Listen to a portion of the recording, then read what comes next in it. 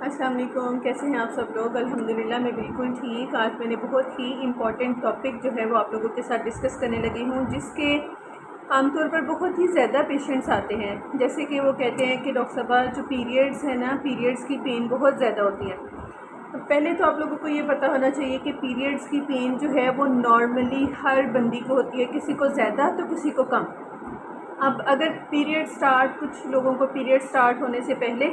اور جیسے ہی period start ہوتے ہیں تو وہ بند ہو جاتی ہے، یعنی کہ اگر 24 سے 48 گھنٹے تک پیریڈز کی درد ہو اور وہ پھر آرام آ جائے تو یہ نارمل پین ہے، ٹھیک ہے، یہ نارمل پین ہے۔ اب یہ درد ہوتی کیوں ہے؟ کیونکہ بچے دانی کا منہ جو ہے نا وہ نارملی بہت چھوٹا ہوتا ہے۔ جب وہ بہت چھوٹا منہ ہوتا ہے تو جب وہ پیریڈ سٹارٹ ہونے والے ہوتے ہیں تو جب وہ کھلنا شروع کرتا ہے نا، وہ کھلتا ہے اور اس کے اندر سے انڈومیٹریم میں بچے دانی کی 3 لیئرز ہوتی ہیں۔ جب اندر والی لیئرز باہر نکلنا شروع ہوتی ہے نا تو اسے بولتے ہیں انڈومیٹریل شیڈنگ۔ جب وہ شیڈنگ ہوتی ہے منہ کے ذریعے سے، جب وہ نکل جاتی ہے تو درد بند ہو جاتی ہے۔ تو اسی لیے جب بچے دانی کا منہ چھوٹا ہوتا ہے، جب وہ انڈومیٹریم نکلتی ہے اور آہستہ آہستہ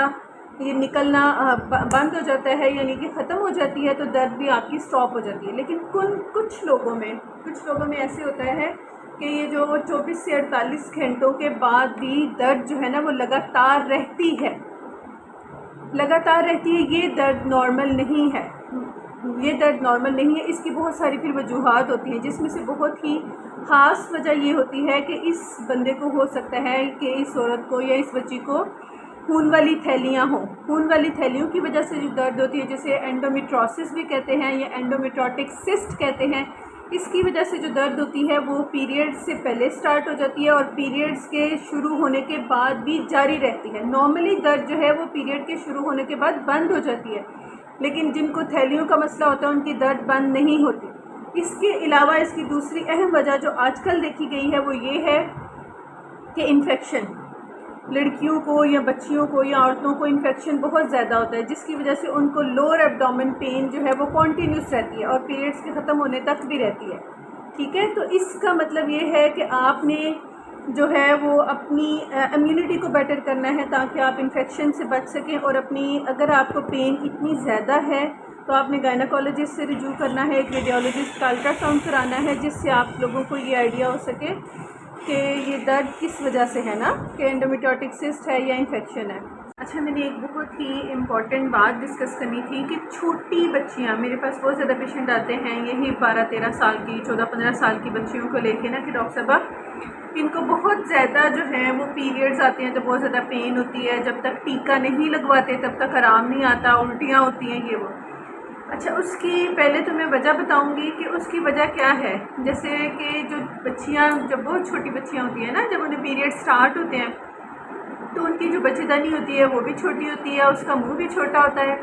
جس کی وجہ سے جب بچے دانی کا منہ چھوٹا ہوتا ہے وہ آہستہ آہستہ with the passage of time جو ہے نا وہ ڈیولپ ہوتا ہے، جیسے جیسے وہ بچی بڑی ہوتی ہے اس کا منہ بھی بڑا ہوتا ہے، تو جس کی وجہ سے وہ جب اسے پیریڈز ہوتے ہیں تو اسے پین ہوتی ہے۔ تو اس لیے خدارہ انہیں جو ہے وہ میڈیسنز پہ مت لگائیں، ٹیکوں پہ مت لگائیں۔ جیسے ہی وہ 3-4 سال بڑی ہوں گی، 3-4 سال ان کے گزریں گے، خود بخود جب ان کی بچے دانی فلی ڈیولپ ہو جائے گی تو ان کی پین جو ہے نا وہ خود بخود سیٹل ہو جائے گی۔